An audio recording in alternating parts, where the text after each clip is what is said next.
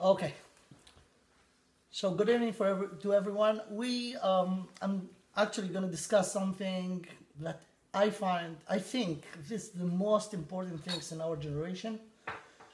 We have a real crisis about the Jewish identity today, especially in America, but not just.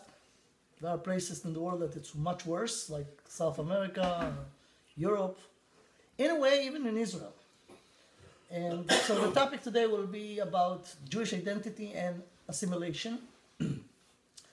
So we have to know that the Jewish nation is suffering from the threat of being eliminated.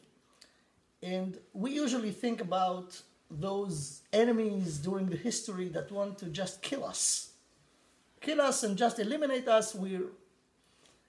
It's so old. Like there is a famous verse in Tehillim, in Psalms, Tehillim Perek Pegimel 83. It was written close to 300 years ago. 3,000 years ago. אמרו לכו ונכחידם מגוי ולא ייזכר שם ישראל עוד. They said, we want to just eliminate them, that the name Israel will not be mentioned anymore. So this by itself is a very interesting thing. Why there are people in the world who want to just not see Jews around? There's something very deep behind it. I will maybe mention it in brief. Anti-Semitism is the most unexplained phenomenon. We were in every possible situation, and yet we were hated. So the secret of anti-Semitism, the real thing behind it, mentioned in the Torah, of course. We're not. Where else? The Gemara says about Har Chorev. We got the Torah in Har Chorev. Har Chorev, Har Sinai. So that the Gemara said, why it's called Har Chorev? Of course, it's not the simple understanding of it, but what in it? למה נקרא שמו הר חורב? ששם ירדה חורבה לאומות העולם. Over there become a destruction to the nations of the world. Explain the Maharal, the deep meaning of this. The Maharal says the following. When Hashem created man, human beings, He created some unusual creature, and He made him in His image in order to run the show, to run, נעשה אדם בצלמנו כדמותנו וירדו בדגת הים. They should rule the entire creation that I created. So Hashem created actually now a partner. I created the world, and you're going to run it. In order to do that, you have to have the tools, and the tools will be in the image of God. What is the image of God? Human being is not just another animal. Of course, we have a body like the animals, but we have something else. We have the neshama, that in Kabbalah and the Zohar it says that the neshama, the soul, has quality. Some of the qualities of the neshama are like the qualities of God. The thing is that we are aware of our body, we do not aware of our neshama. Many people in the world who don't know that they have soul, and even those who heard that they have such a thing, they have no clue what is this and how to operate it, how to relate to it. Therefore, because each one of us, of the people in the world, every human being has a soul. The fact that you do not know about it, it doesn't make it not there. It's there. So if you do not know about it, you run your system, you run yourself, you run your life like you are just a physical entity. Therefore, according to that, all the people of the world who do not know about the soul and do not know how to operate the soul live their life in very, very partial. It's not complete. Now, as long as no one knows about it, so this is the highest level of human being. Says the Maharal, when Hashem gave us the Torah in Ma'amad Har Sinai, when Hashem gave us the Torah, He gave us Torah. The meaning of the word Torah are directions, instructions. Instructions for what? How to operate in a complete way, the system called human being, which is the body and the soul and the interaction between both. So since we got the Torah, we are the only one who knows, who have access to the knowledge of how to operate the complete human being. So until we got the Torah, everyone was the same. When we got the Torah, there is a group of people over here who know how to actualize the potential that is in the human being. Since this moment, the world divided to two groups. The ones who have access and could live the life in the right way, in the complete way, and those who don't. And those who don't are the entire world. Then started the hatred to us. ירדה שנאה לעולם. And the Gemara says, למה נקרא שמו הר חורב, ששם ירד חורבן לאומות העולם, ולמה נקרא שמו הר סיני, ששם ירדה שנאה של אומות העולם. Over there started the hatred toward us. And in a way, this hatred, this anti-Semitism is something very, very weird. Because in a way, we are the chosen people. They agree, all of them, that we are the only nation that heard God talking. I mean, even Christian, the entire Christianity based on the Bible. And in the Bible it's mentioned that we are the nation who got the Torah. And in a way, they have to respect us because we are the holy nation, we are the chosen people. The people, we gave them the 10 Commandments, right? So for that, we deserve respect. And they respect us in a way, but they hate us very much, and seems a contradiction. I always explain this like the best student in the class. The best student in the class is the favorite of the teachers, but his friends, his fellow students do not like him. Why? Because he put a standard, and the teacher says, if he could, you could too. So his success is the blame of you're not like him.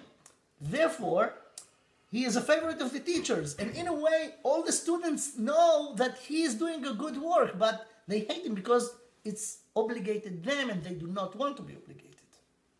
This is it. Now, because of this anti-Semitism, they want to literally kill us. We just said that in Agadah Shel Pesach, the famous song about "Vehi she'amda la'avoteinu velanu, shelo echad bilvad amad aleinu lechalotenu."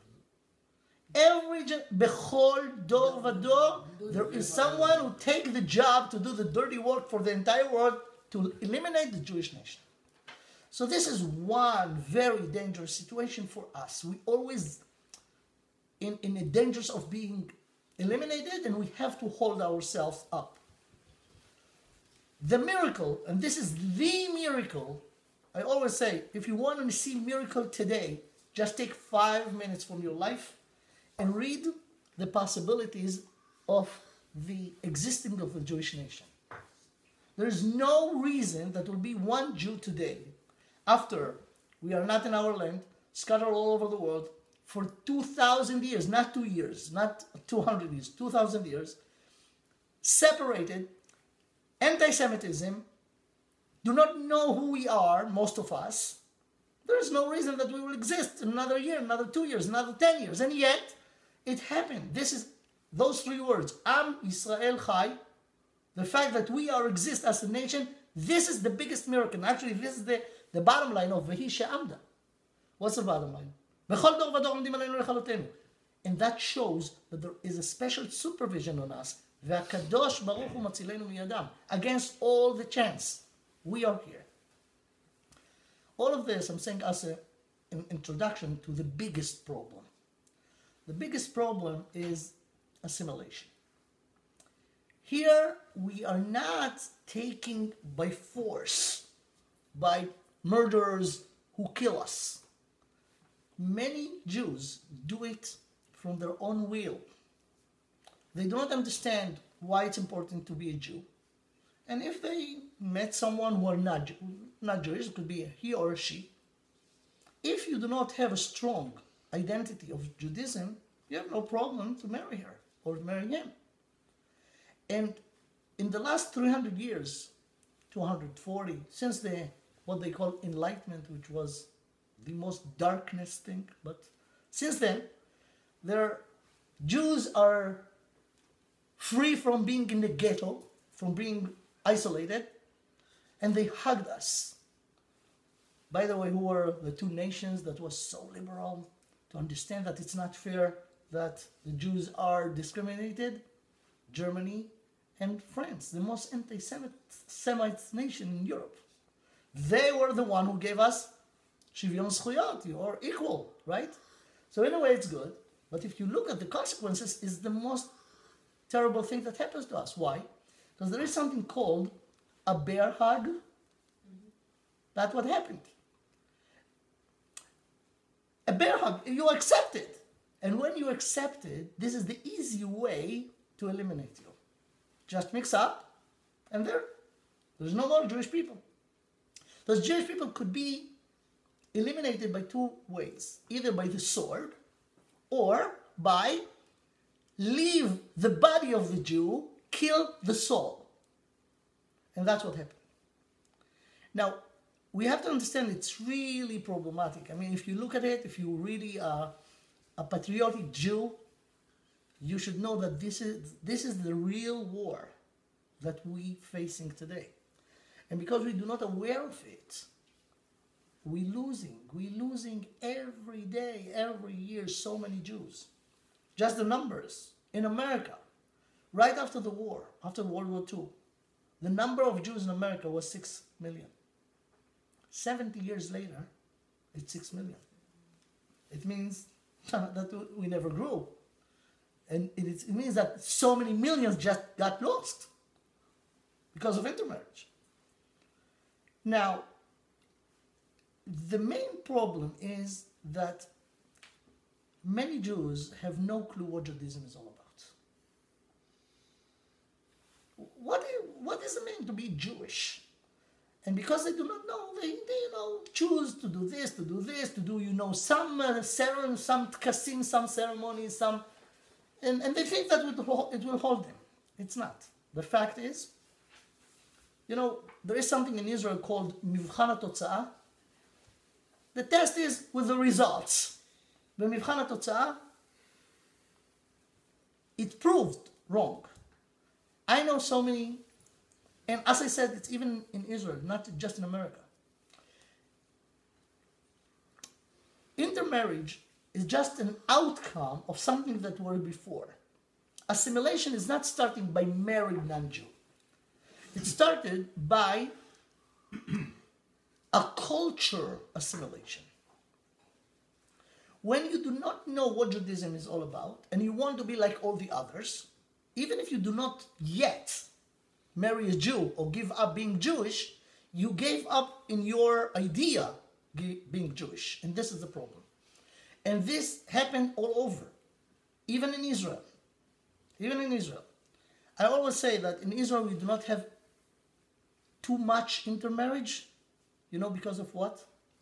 There is not enough goyot in Eretz Israel. That's it. Now they brought from Russia. But because, if you take a regular Israeli guy who learned all his life in the system, in the general system, not in any religion, in a regular school.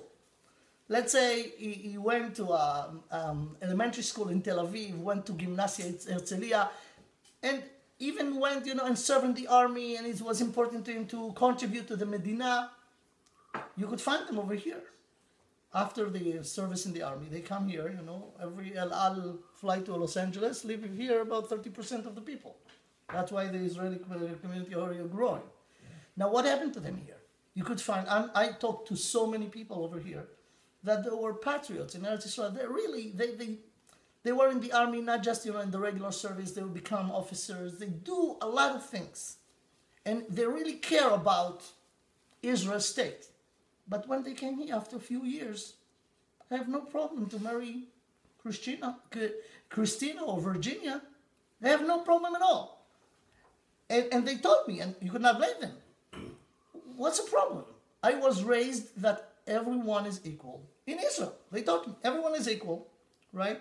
So I found this girl. She is pretty. She is very good-hearted. She is rich. So why not? Why not just because her parents? Who cares? She's not interested. She's not Christian.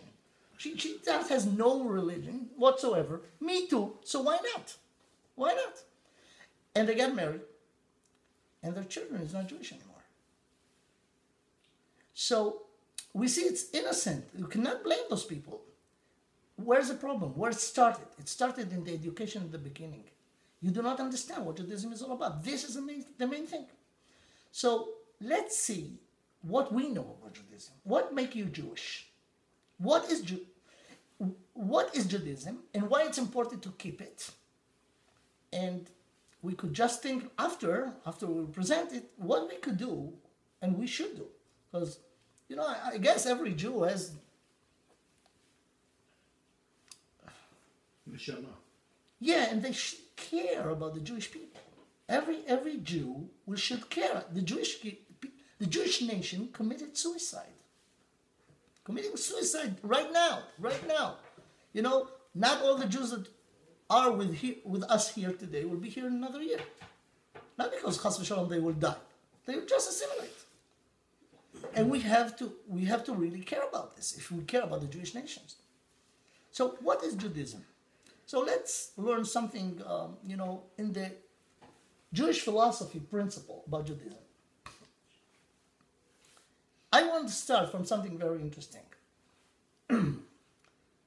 At the end of Sefer Bereshit, Yaakov Avinu, the description of it is very dramatic, how Yaakov Avinu, at the end of his life, the last day of his life, when he is in Egypt already for 17 years, after he was sure that Yosef died and he was mourning about him, but then he discovered he's there, the best years of his life of Yaakov Avinu, says Chazal, was those 17 years.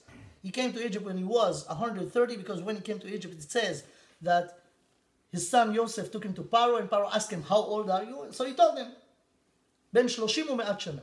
And then he died, as in Parashat Vaychi, Ben 147. So the last 17 years was the best 17 years of his life. Because you have to know, he has a very tough life. In the beginning, with Esav, even in the pregnancy. After that, with the story of the Mechirat Bechorah, and he was chased. Esav wants to kill him, and then he went to Lavan, and Lavan tricked him. And then he came back, and his daughter was raped. And then Yosef, his son, his beloved son, just disappeared. Tough life. The best time of his life was the 17 years in Egypt. At the end, the last day of his life, the Torah described that he gathered together he told them, I'm going to die, so come, I want to tell you what's going to happen with you at the end of days. And actually he blessed them. So he gave each one of the Shvatim bracha, blessing, which will be the description of the role of this Shevet during the history in the history of the Jewish nation. But wasn't he the first one who assimilated? He chose non-Jews. Before Matan Torah or after? Exactly. We just spoke about it. No, wait. It's very interesting what you say. We just spoke about this before. There are no Jews then. Before the lecture, he just asked me the question about Moshe Rabbeinu. Right. So you have to know that the Torah, the Judaism as a law started in Matan Torah. And it's not just this. He married two sisters. It's not allowed. Even if they're Jewish, it's not allowed. So, and Moshe, the father of Moshe Rabbeinu married his aunt. Yochevet הייתה דודתו של Amram. So, all of this is irrelevant, only from Matan Torah and on. Anyways, Yaakov, at the last day of his life, is taking the tribes and give each one of them a blessing. I want to just relate to the first verse in the blessing that he gave to his fourth son. So he speaks to Reuven and Shimon, and then he go to Yehuda, and he said the following to Yehuda. Yehuda, ata yoducha achecha. ידך בעורף אויביך ישתחוו לך בני אביך. Now, Yehuda was not the firstborn. The firstborn was Reuven. But he put him over here as the leader. ישתחוו לך בני אביך, they will look up to you, they will bow down to you, meaning you are the king. And we know that later on in the history, the king of Israel is David. And David came from the tribe of Yehuda. Okay? But if you take the first few words in this verse, יהודה אתה יודוך אחיך. אתה יודוך אחיך.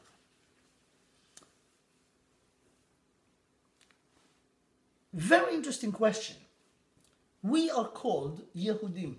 I want to explain what is the meaning of being Jewish. So we call Yehudim because of Yehuda. The thing is that Yehuda was one of the tribes. And everyone called Yehudi. Prove it. There are Kohanim among us and Leviim. And the Kohanim and the Leviim from Shevet Levi. The other we do not know. We do not know from what tribe we're coming from. But the Kohanim and Leviim, we know for sure that if the real Kohanim, they came from Aaron HaKohen, he's from Shevet Levi. So how can we calling everyone a Jew, a Yehudi? It's from Judea, not Yehuda, maybe. I mean, yeah. ומאיפה בג'ודאה? יהודה. No, the territory... Why it was called Judah? I'm trying to say that Okay. 10 tribes are gone, and the territory that stayed is Judea. So every Hebrew, I should say, not Jew, Hebrew, it was Shimon, Leviim, Yehuda, all the mix that stayed come from the territory of Judea. As I say, Tzarfati. It has nothing to do with the tribe. It's from the territory. Okay, that could be an explanation, but I want to give another one. Yeah, okay. Okay. Just suggesting. ברוך אתה אדוני אלוהינו החלם שהכל נהיה בדברו. Amen. So, actually, to be accurate, we should be calling, all of us should be called Israel, because Yaakov Avinu, we all the sons of Yaakov. And all the tribes are the sons of Yaakov. Only the sons of Yehuda are the sons of Yehuda. So basically we should be called on the name of the father, which is Israel. Right? So the Torah called us Bnei Israel always. But in certain place in the Nevuah, in the Nevi'im, it says Yehudim. For example, in Megillat Esther, by Yehudim le'abdam. Over there, you mentioned, it's not just there, but at the Nevi'im Achronim, we see switch from Israel to Yehuda. So the deepest reason for this is the following. Let's analyze the name of Yehuda. There is a Gemara in Masechet Brachot, בדף זין. הגמרא במסכת ברכות אומרת כך, it's in the name of רבי שמעון בר יוחאי. אמר רבי יוחנן משום רבי שמעון בר יוחאי, מיום שברא הקדוש ברוך הוא את עולמו. So רבי שמעון בר יוחאי says, since the day Hashem created the world, לא היה אדם שהודה להקדוש ברוך. עד שבעתה לאה והודתו. שנאמר, הפעם הודה את השם ותקרא את שמו יהודה. No one, not even Avraham, Yitzchak, Yaakov, Noach, all the tzaddikim that was before, no one say thank you to Hashem. The first one was Leah. Leah is the wife of Yaakov, the mother of Yehuda. After she delivered 3 sons, Reuven, Shimon, and Levi, and now she got the 4th one, she said, Hapam Odeh et Hashem. Now, it could be, a nice thing to say about Leah, but there is something very, very deep over here. So Rabbi Shimon Bar Yochai said that. It's not a joke. It's something deep. Hapam Odeh et Hashem. Vatikra et Shmo Yehuda. Now, in Hebrew, להגיד תודה, to say thank you. And now you'll see the difference between Hebrew and other languages. תודה. When I said תודה, the word תודה includes in it 2 things. Acknowledgement. אני מודה שזה כך. I aware or agree that this is it. And thank you. And apparently it's 2 different things that במקרה, just by chance, are together. No, nothing by chance in Hebrew. It's hard to admit especially if something that take the credit from you. So it's hard to admit it, because we are very egocentric. We want to be the owners of everything that belongs to us or we think belong to us. So to admit that something is not, I'm not deserving it, it's hard. Psychologically, it's hard. You have to be a true person to admit it. Therefore, when someone come and do a favor to you, do a favor. He doesn't need to do it. He wants to do it. So you say thank you. You admit that you do not deserve it, and this person do it, and you admit and you thank. I do not deserve it, so thank you for doing something that I do not deserve. So it's both things are included over here. Why do you say you don't deserve it? Because Let me give- otherwise you wouldn't thank him. Let me give you an example. If you Imagine owe you you're money, going in the you street. You're going in the street with a heavy things in your hands. Could be a suitcase. Could be something that you could carry, not moving. But it's hard. It's obvious that it's hard for you. Someone will come and offer you a help. Someone that you know or you do not know. You know, many people out of 100, maybe 99, when someone will offer you a help in something that you need, will say, "Lo toda." No, thank you. No. Why they refuse? Why automatically I'm refusing? He wants to help you. You need the help. Why not? 3 reasons. The first reason is, if he will help you, you will owe him. So in your subconscious, you think, you know, when you offer me to help me, I'm going to be, I will owe you. You know how many people, you know how many debts I have in my life? I have to pay so much, I don't want another one.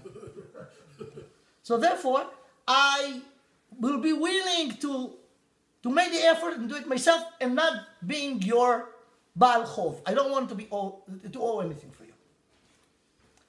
The other thing is, when you have someone who offers to help you, if you will agree that you are here and here is up. Because he is the helper, you are the one who, and you do not want to feel so. I don't want to give you the feeling that you're above me, therefore I'm willing to just do it and we will be equal. Don't put me down. Because the offer actually in a way put you down. I don't want to be put down. But the real thing is, I want to do it myself. It's called in Hebrew, mimush atzmi. I don't know how to translate it to English. Mimush atzmi. I want to do it myself. Self-realization. Say what? Self-realization. Okay. Yeah, that's good. Okay. Mimush atzmi. I want to do it myself. Now, human beings, as I said before, are in the image of God. God doesn't need anything. You cannot give him anything. So we have also this feeling that I want to do it. Of course, things that I could do myself. Even if it requires effort, I will do it with effort. Right? The thing is that you have to, if you're really realistic, you have to understand that you all depend in God. God created you. God gave you life. God gave you ability to breathe and to eat and everything. And if you're really looking for the truth, you have to know that. And you have to acknowledge that you are dependent in God. So many people do not want to do that. I don't want God in my life. I'm the God of my life. And this is the thing. This is Judaism. Judaism is all about, it started actually before. It started from Avraham Avinu. That he said, there is a master of the world. There is a master of the universe. And he was alone. Lama nikra shmo Avraham Avinu? Why you call Avraham Avinu? Because he was in one side and the entire world on the other side. So Avraham inherited this philosophical point of view to Yitzchak, Yitzchak to Yaakov. And now we have Leah. And Leah said, I have to thank God. He gave me a son, the fourth one. You know, we are 4 wives of Yaakov. Mathematically, each one of us has to have 3 kids. I got now the 4th one. It's extra. Because, okay, so I have to thank God. She thanks God. And she named the baby Yehuda. a thinker. We find out, this is a whole big lecture by itself, that the name is actually the definition of the one who got the name. So we find out later on in the life of Yehuda that he could deny something. You remember the story with Tamar, his daughter-in-law? The story, yeah? So I'll not go to the details, but later on, he married off his son, Er, to Tamar, and then Er passed away, and then Onan married her, and then he passed away, and then she was supposed to get married to his third son, which is Sheila. She saw that he doesn't really want to because he afraid that she is the cause of the death of his first two. So he tried to run away from it, and she tricked him, Tamar, and she dressed up, and he was with her, and then later on, she became pregnant, and they told Yehuda, listen, your daughter-in-law is pregnant. So it was a whole trial, and in the trial, the punishment was a death penalty to Tamar. But Tamar said, you know what, okay, if this is the penalty, I'll accept it, but I have here something that I want to show you. I'm pregnant, you know who's the father, the one who this belongs to him. No one but she and him, Yehuda, knew that it belongs to him.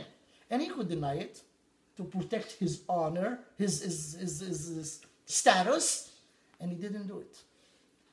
He admit that he is the father, and from this pregnancy came Peretz v'Zerach, and Peretz was the father of the father of the father of David HaMelech. Okay? Now, he admit, you see, and to admit in such a situation that he could easily deny it, it takes courage. And it's come from the character of Yehuda.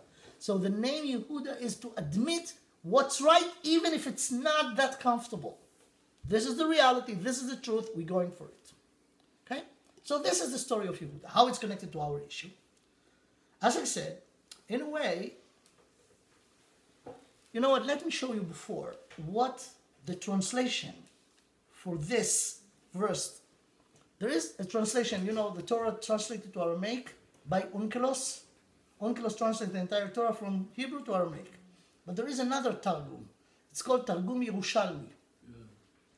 Targum Yerushalmi also translated to Aramaic, but sometimes in different ways. Targum Yerushalmi Targum Yerushalmi, the Yerushalmi translation translated the following. Yehuda ata yoducha achecha. So I read it in Aramaic and then translate it to English and to Hebrew, so many languages. Yehuda ata yoducha achecha. So he said the following. Yaakov says to Yehuda, Yehuda, lach yehodun kol achach. All your brother will thank you or admit your status. And then he said, yoducha achecha, ve'al shimcha yitkarun kol Yehudai. And all your name they will be called, all the Jews will be called on your name. So actually what happened here? Yaakov, which is the one who deserved that all his children will be called on his name, he gave it as a gift to one of his sons, Yehuda, and he said, they will be called on my name and on your name, Israel and Yehuda and Yehudim. Okay, but now, where the switch happened? The Torah called us Bnei Israel, Bnei Israel. When this really happened, that Al Shimcha Yitkaru Kol HaYehudim Yehudim, on your name Yehuda, they will be called Yehudim. It's happened after the destruction of the Beit Rishon, and actually after the exile of the 10 tribes. But there is very interesting place that explains the deep idea of this. In Megillat Esther, after the first chapter that described the party and the Hashverosh killed Vashti, and then he was looking for a new queen, right? So in the second chapter of Megillat Esther, the Megillah says the following: איש יהודי היה בשושן הבירה, ושמו מרדכי בן יאיר בן שמעי בן קיש איש ימיני. איש יהודי היה בשושן הבירה. And here he give the dynasty, מרדכי, בן יאיר, בן שמעי, בן קיש, איש ימיני. Who's the last one? ימיני. Who's ימיני? בנימין. בנימין. So the Gemara in מסכת מגילה ask, קרא ליהודי, איש יהודי, עלמא מיהודה קראתי. If you say איש יהודי, it means that he came from Yehuda. But then when you give the names, he come from Binyamin. So is he from Binyamin or from Yehuda? Says the Gemara, here's the thing. Rabbi Yochanan אמר, לעולם מבנימין קראתי. איך אומרים genealogically, genealogית, הוא היה שייך, he was belonged to Binyamin. He came from Binyamin. ולמה נקרא שמו יהודי? על שם שכפר בעבודה זרה. שכל הכופר בעבודה זרה נקרא יהודי. And this is the definition of being Jewish. He refused to bow down to Haman. Haman made himself עבודה זרה. And he refused to bow down to him. So when you deny the lie, you admit the truth. And this is the definition. שכל הכופר בעבודה זרה. Something that's not the real thing. And you deny it. When you deny the lie, you are in the truth. And this is what makes you a Jew. And this is the definition of Jewish. Jew is to admit something that's not popular. Admit, like Avraham Avinu did, against the entire world, that there is only one God. That would make you Jewish. So, and you have to know that in a way, Israel and Yehuda, which is Israel is Yaakov and Yehuda, in the philosophical idea, it's the same thing. Israel, if you take the word and divide it to two, it says exactly the thing. This thing. There is one El. El זה כוח. יש לאל ידי. El is a power. יש לאל ידי. יש בכוחי. I have in my might. Yisrael is שררת האל. שררה is the ruler. להיות כל איש שורר בביתו. שררה is a ruler. So Yisrael is שררת האל. And this is the idea of Avraham Avinu. And this is the idea of Avraham, Yitzchak, Yaakov. And this is the name Yisrael.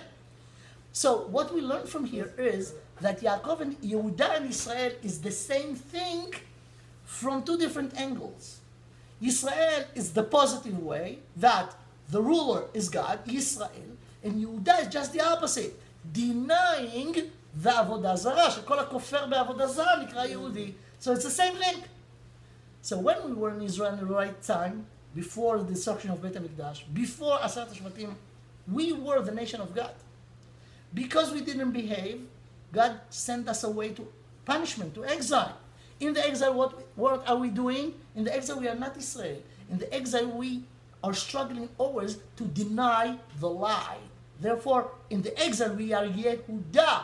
We deny Kol HaKofer B'Avodah Zarah, because in exile, we are among the nations. And all of them believe in things that are not the truth. So we are their Yehudim. This is the meaning of being Jewish. To understand the truth and stick to it, even when it's not popular, even when they kill you, even when they burn you. And Jews did it during the history, unfortunately. So many Jews died with Shema Yisrael, Hashem Elokeinu, Hashem Echad. Being Jewish in exile is to, in foreign place, not in the natural place, still stick to the right thing, that there is only one God, there is one Torah, and we're doing what's right, and this is Yehuda. This is the meaning of being Jewish.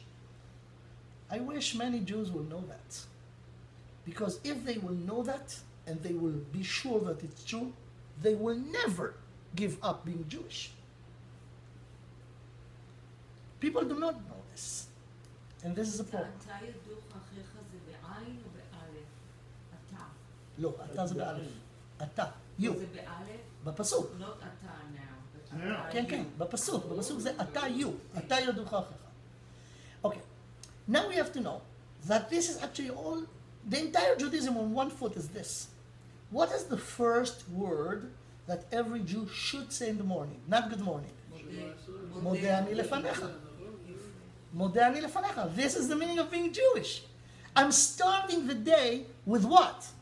thank you God, מודה אני לפניך, שמלך חי וקיים, you are exist forever, but not me.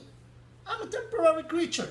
So I'm thanking you that you, the forever exist, give me, מלך חי וקיים, gave me another day. שהחזרת בנשמתי, you gave me back my soul, בחמלה. You give it to me, I don't deserve it, you just give it to me. So when you see life this way, when you're not just saying this in the morning, but you really understand what you say, your day will be different. If the day is, it's an amazing, I'm lucky that I got another chance, another day. If I'm thinking about it when I wake up in the morning, I will try to use the day in the right way. And this is the meaning of being Jewish. מודה אני לפניך.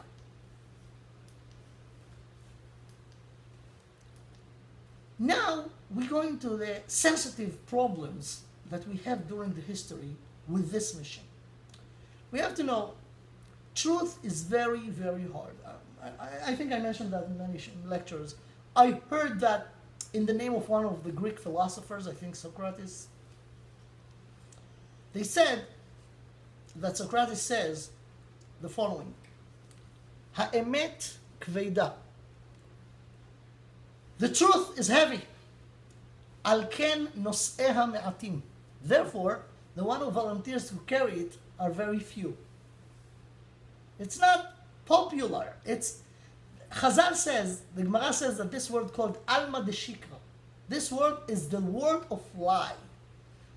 You want to be successful in this world? Lie as much as you can. The more you lie, the more you'll be successful. You'll say the truth. Don't expect success. In a bunch of liars, it's very hard to be a true person.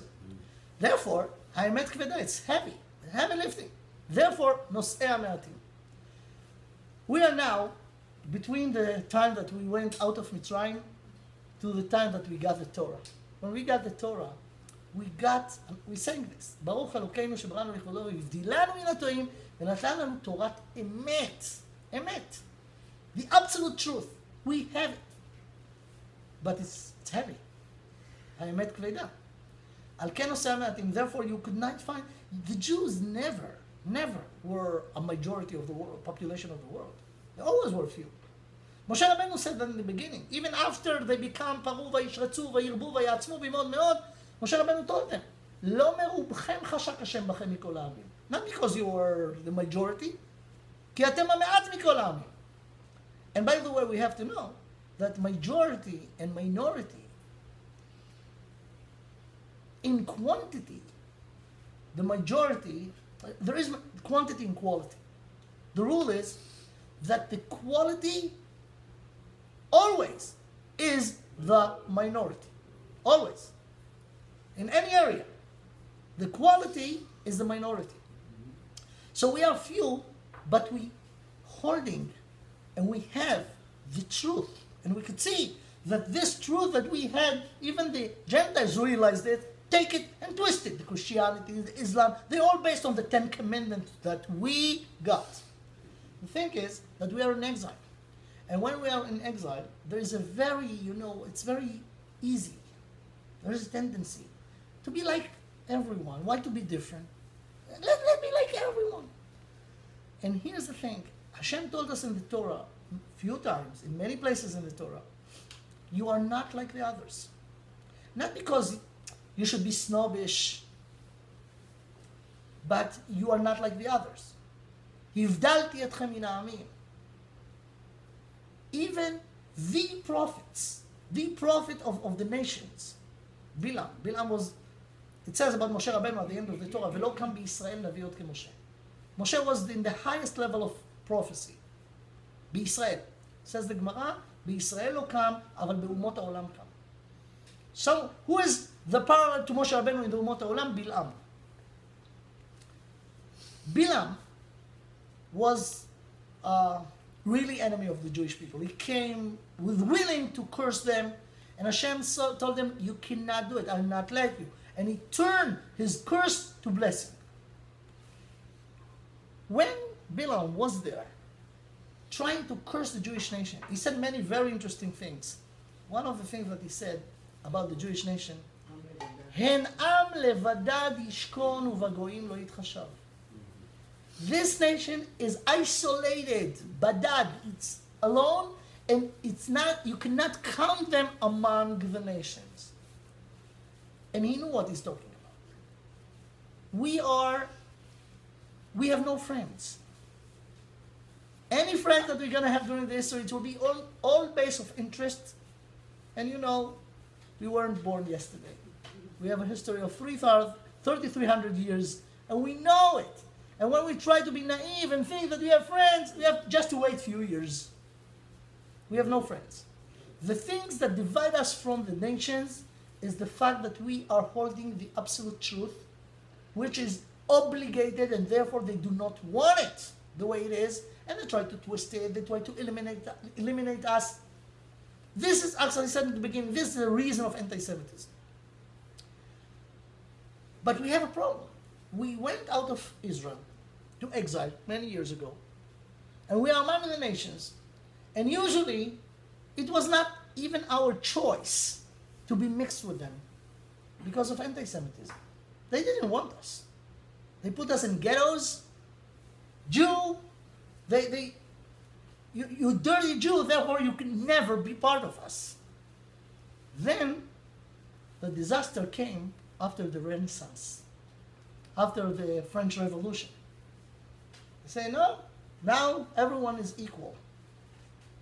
By the way, the anti-Semitism didn't die then, it just became even stronger. But let's see what was the dilemma. The nation now accepting us.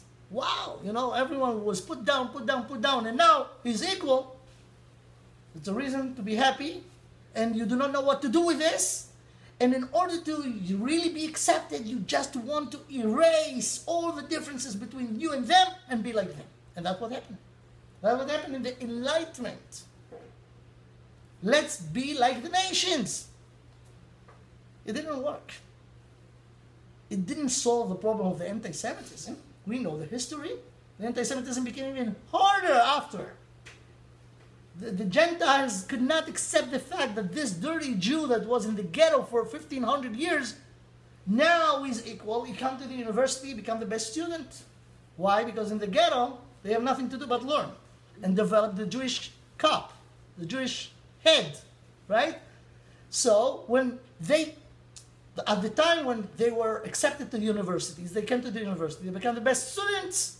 Sure enough, they become the teachers, the heads, the professors. They always has this talent for money. It starts from Yosef. You know Yosef, the brother of Yaakov of Yehuda. He was the first treasury minister of Egypt. שר האוצר היהודי הראשון was Yosef, right? And he saved the economy of Egypt at the time. So when the Jews now could be running banks, they become the head of the banks. See in America, the head of the Fed. Before, all of them, Jews. The Gentiles could not accept this. They're going to be the teachers of our kids, those dirty Jews, and the anti-Semitism become even harder and harder. But here in America, we're not talking about Europe 200 years ago. We're in America now. In America, it's really a democracy. There are real opportunities.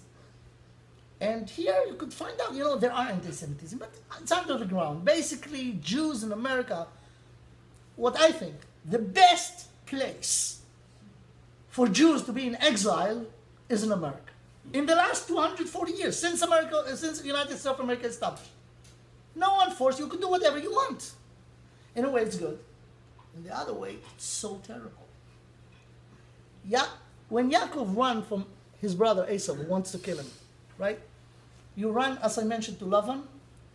I think we should conclude it soon. So let's just finish with this. He ran to Lavan, running away for his life because Esau wants to kill him. After 20 years, he came back with the Shvatim, with everyone. וישלח יעקב מלאכים לפניו, he sent messengers.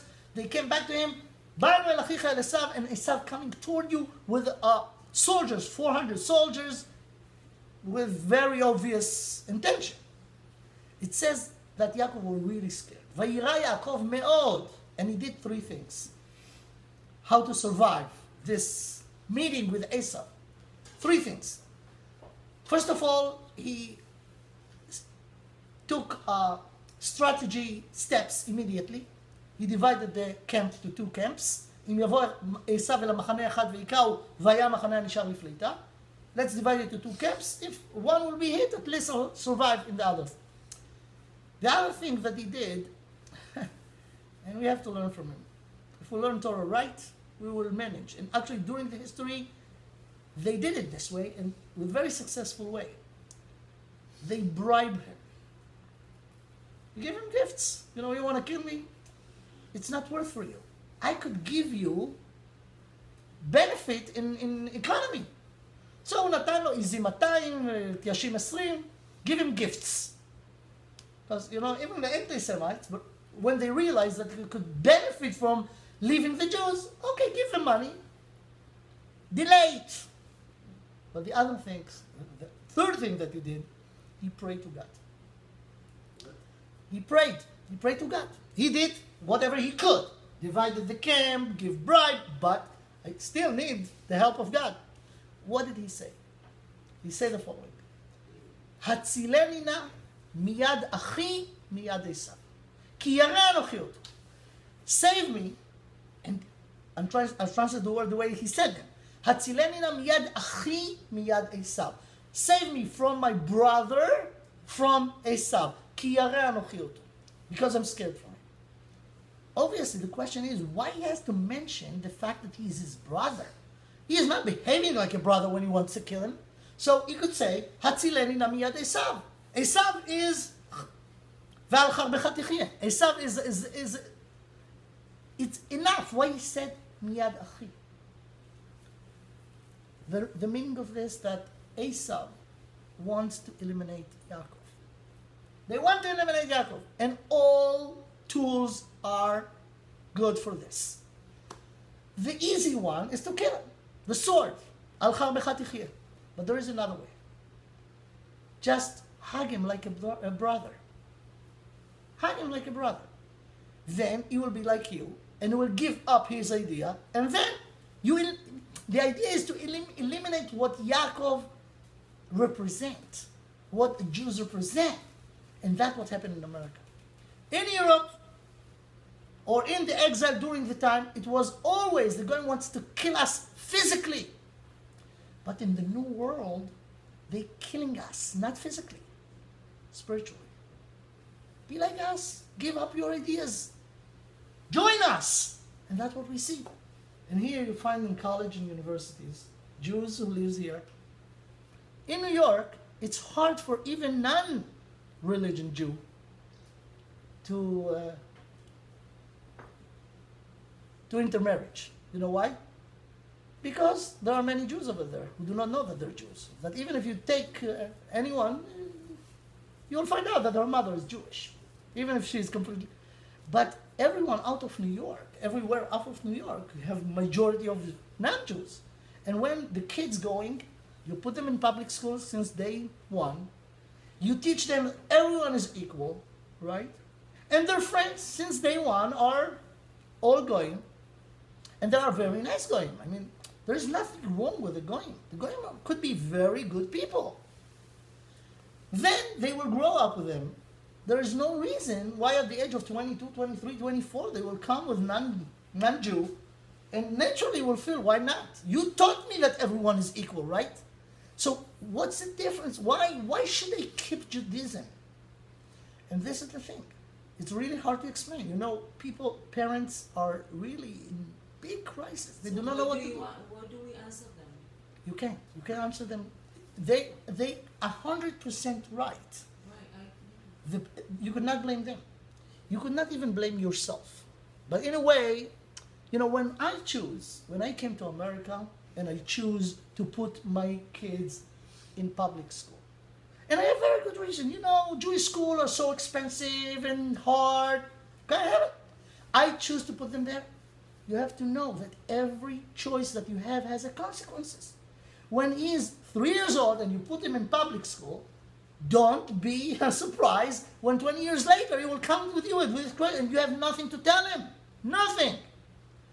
the most important things for us as Jews, again, we are human beings. That's one thing. We're human beings. And we have to be good human beings. But we have another mission, to be Jewish, aside from being human beings. And being Jewish meaning to carry the spiritual truth about the world. And it's not just could be, you know, on the shelves, on your bookshelves. It's not could be just in your thought, in idea. I identify with the Jewish idea. You have to live it. And if you do not live it, you're giving a message to your children. It's not important. And for you, you know, many things are not important. But if you now will have the choice to marry, because you have some Jewish identity, you will say, you know what, I will marry only a Jew. Many other things you do not know, but this you will do. I will marry a Jew. But what your children will learn from you, that Judaism is a bunch of ideas, and you could choose whatever you want. So you eat kosher, let's say, and you will not marry a Jew, but you're not keeping Shabbat, but you're not doing this, you're not doing that. What the child learn? That it's up to what you want. You do this, you want to do this, you do this. So you cannot blame them. You cannot even blame yourself, because you yourself are actually a byproduct of a wrong system that didn't tell you how much it's important. The fact is, the bottom line, I'm not blaming anyone. I'm not looking to blame. I'm just putting on the table the problem. You could be right 100%. Okay, you're innocent. You cannot blame you. Doesn't make any difference in the fact that your children are not, or your grandchildren are not Jewish? No. No, with all the excuses. You're good. Said so what? Now, our mission as Jews who really care about the future of the Jewish nation is to explain this point. You have to, in order to give the message to your children, you have to believe it yourself. You cannot preach. If you said and don't do, they understand that it's a joke. And in a way, you put them, by the way you raise them, you put them in no choice but to go out of the Jewish nation. And this is a shame. And this is what we have to do. We have to learn Judaism. Judaism is amazing. Ideas, philosophy. It's so rich in learning the deepest level of the Tanakh. See, all the wisdom in the world is there. So we have to learn it and be proud of it. We have to practice it. I always say to Israelis who came here to America, you know, in Israel, if you do not keep Shabbat, it's not good from a Jewish point of view, but you're still Jew. Here in America, if you not keep Shabbat, you just take yourself out of the Jewish nation, and you're going to pay the price in the next generation. So even if in Israel you didn't keep, here you should keep. Because if not, you're going to sacrifice your children. And unfortunately, almost all of you, all of us, know how I'm right in the numbers. Everyone knows. Everyone has friends that, unfortunately, the children just marry non-Jews. Even maybe some of you, unfortunately. But this is the fact, and it's a very sad fact. We have to fix it by learning, and we ourselves should believe in the Jewish idea, the Jewish philosophy, and practice Judaism. That's the way to stop, the continuation of the damage.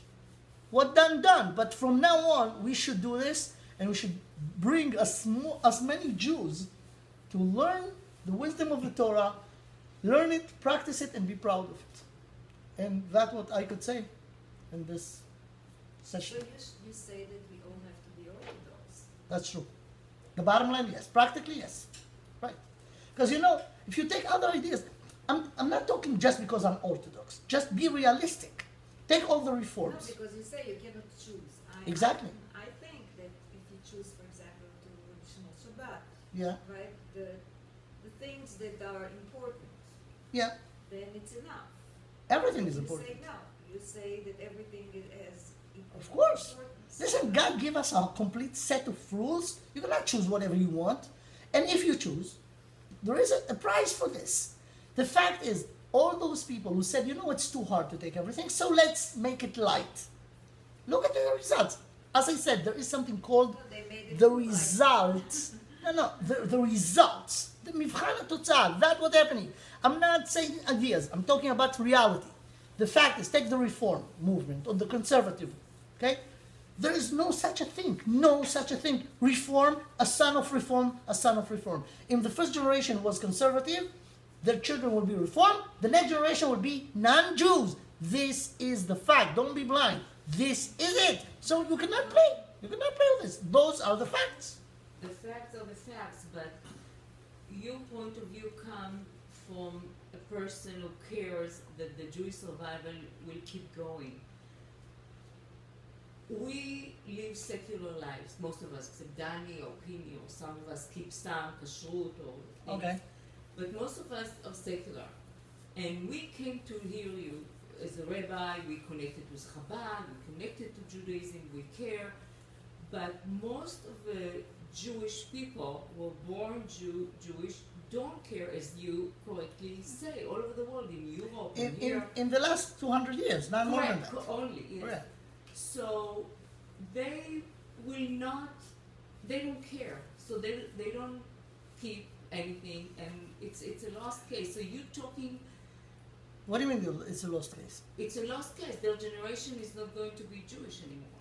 The The secular question, Judaism. but you know what? I think that there are many people who are now in this state, but they really care about it. They care, but they care superficially because they're not Orthodox and they don't keep, and they You keep know go what? to the public school, So I- they go to what- Berkeley, and Right. So you know, what I feel that if I put the things on the table right? and make it more sharp, more clear, people will think again. Yeah, but you can't be Orthodox just in order to keep your kids Orthodox. Either you believe in Shabbat and you keep That's Shabbat true. for That's- the merit of Shabbat, I not ag- fake it. For I the sake- agree with you Okay. completely. So that's what I'm saying. Okay, I agree with you completely. But when you see the price, I mean, when someone were not or secular, like you say now, but when they understand what they're gonna risk and it's important for them, that will make them think for themselves if the lifestyle that they have now is the right one. Maybe I do not know enough about Judaism. But you see my point. Yeah. It's fakely No, it's not, observing. no. I'll tell you where I do not agree a bit, just a bit, because many secular are not secular just for the sake of being secular. They do not understand what Judaism is all about. They never learned it deeply. So they say, okay, you know what? I don't.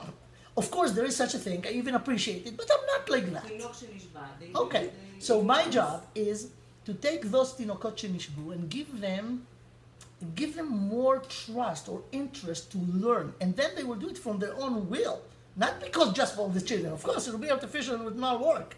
Children are very smart. If you preach to them something that you do not believe, they realize this. So the thing is that to make people awake and try to learn more about our sources, and being mitkarev, going back to practice what their grandparents did. It's not. I'm not selling. You know, I'm not a salesman of Amcor that I'm giving you a buy this Frigidaire, buy this product. It's your product the same way it's my product. The fact is that many things happen in the world, and people do not really have trust in No, Judaism. ignorance. They- It's not their fault, as you Look, said. Exactly. Most of Exactly. us here. So what would I say to Most- my granddaughter? She is 15. She's in high school. She likes a boy, which is not Jewish. She said, "Why is this important? What do I tell You her? can't say anything. She is right. What do I tell her? Because we're different. It I will don't be- want to be different. It will be hard for you to tell. I'll tell you what you have to say. It will be very hard for you to say. Yes. You have to say to her, listen, it's my fault. It's what? You have to tell her, it's my fault. I didn't raise you in the right way. Therefore, you do not know what Judaism is all about. Therefore, it's not important for you. And from your point of view, you're completely right. There is no difference between people. But it was a mistake by me because for me, it's very important that you will marry a Jew. You have no clue what I'm talking about, right? And it's my fault because I didn't. You have to know something. Sorry that I'm saying this. I mean, in a way I'm sorry, in a way I'm not sorry. It's hard to hear. To bring a child to this world, it's very easy. Every dog could do that. As human beings, when we're bringing a child to this world, we have to take care of the child. We have to raise him healthy, physically, spiritually, morally. And as Jews, we have another obligation. To raise him as Jew. And that's what we do not know. We do not do. And when we do not do, we face the situations. So we didn't do it right. And you know, I'm not even blaming you. Because you yourself didn't do it because it was not important to you. Why it was not important to you? Because you was taught this way that it's not relevant. So there is somewhere someone to blame. But I don't looking for to blame someone. The fact is today is terrible. The Jewish nation committed suicide. And every child, grandchild of us that will not marry a Jew, it's our responsibility. We have to teach them from day one. If we didn't at day one, try at the age of 15, the way you could. Try to tell her, listen, there is something called Judaism. But if you do not... She can't tell her, I'm sorry. She can't tell her because she herself is... That's what I'm saying. That's what I'm saying. But being So, secular does not mean not to be Jewish.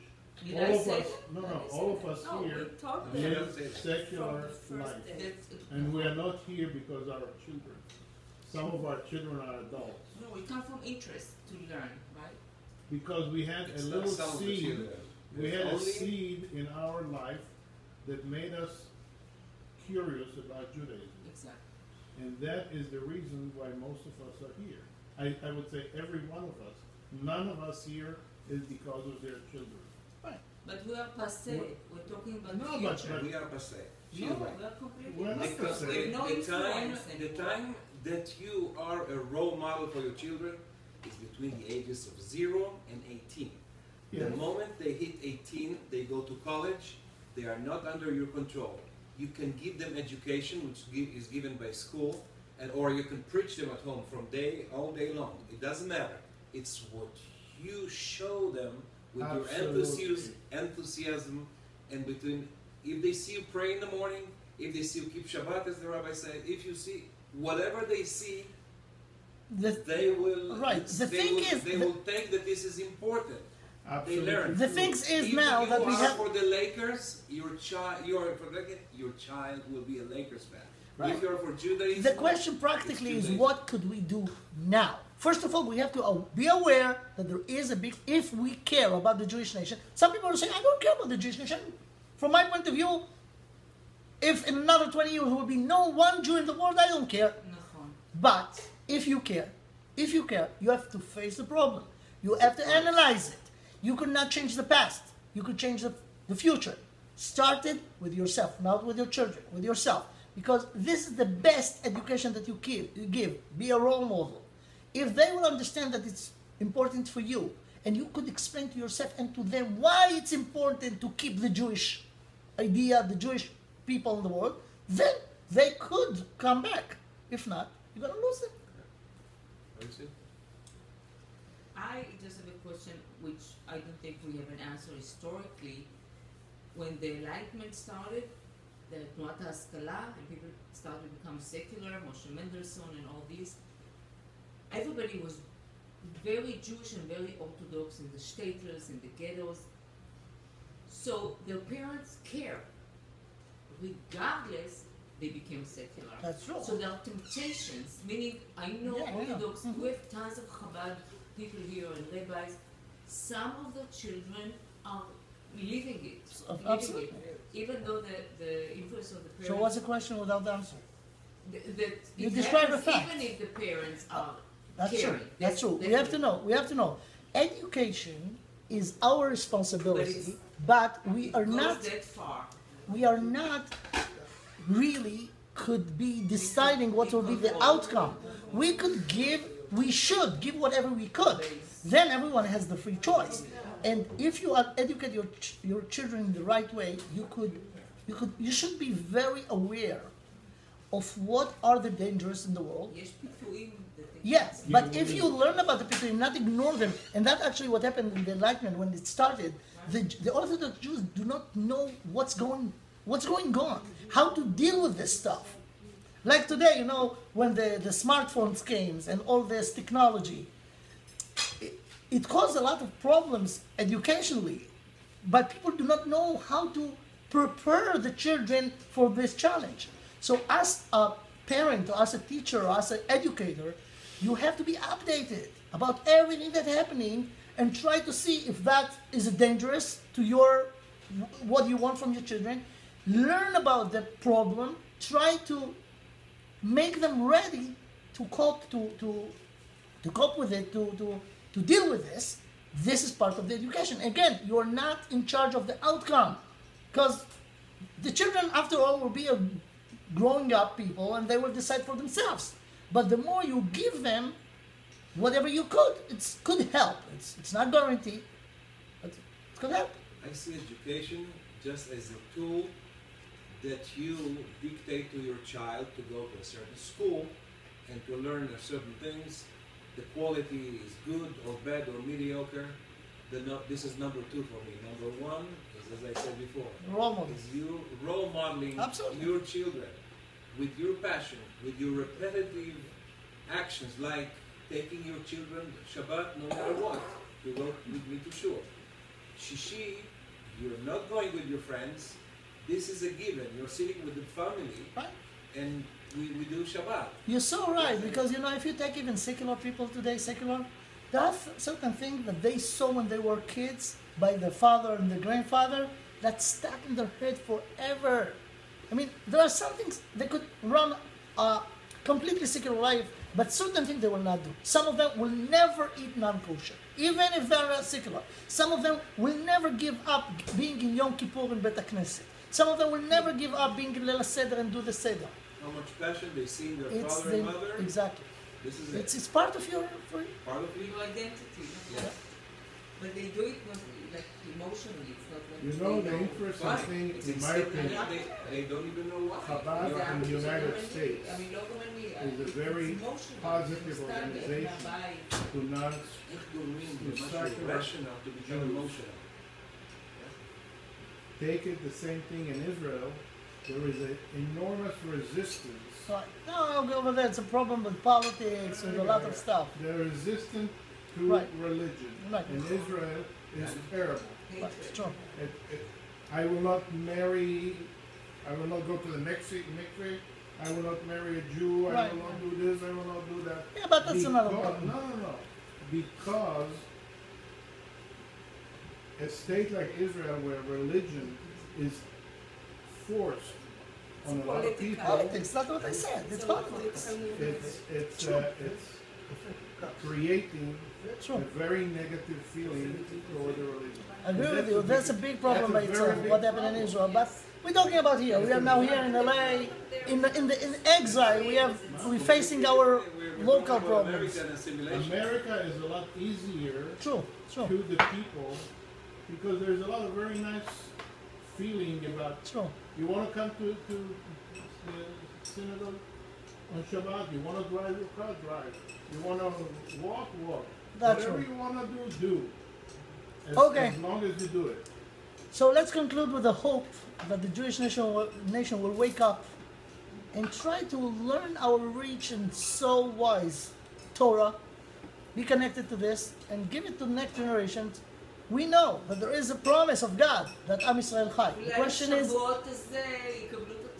The question is, how many of us, the Jews, will stay Jewish? But we have to do whatever we could in a nice way, not by forcing, by talking, by making Not by dialogues, force. to teach and to Role bring models. people together to be a proud Jew. They have so Proud much Jews. competition.